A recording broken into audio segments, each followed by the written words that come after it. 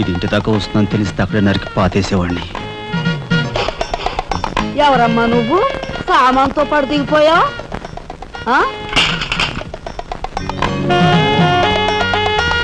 రావే రఫ్ పడతా. Excuse me.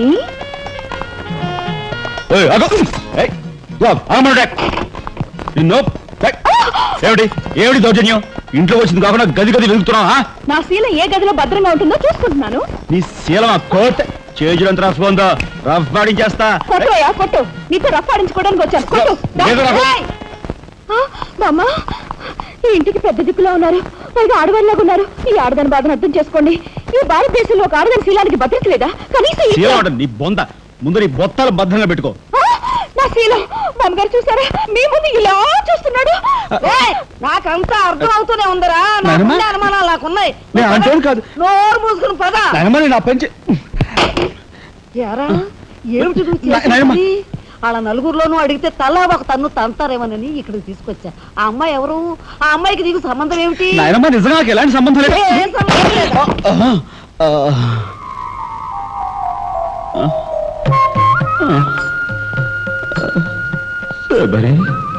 ఏం జరిగింది? అయ్యో దేవుడు, నువ్వు వచ్చావా? అవును శబరి, నా శబరి ఆవేశం చూసి ఏం జరుగుతుందా అని వచ్చాను. ఏం జరిగింది?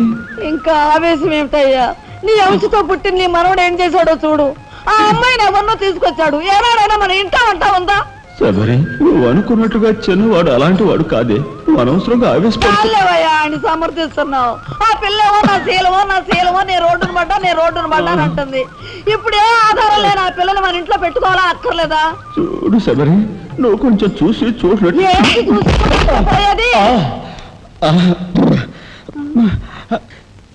నాయనమ్మా, ఏం జరిగింది?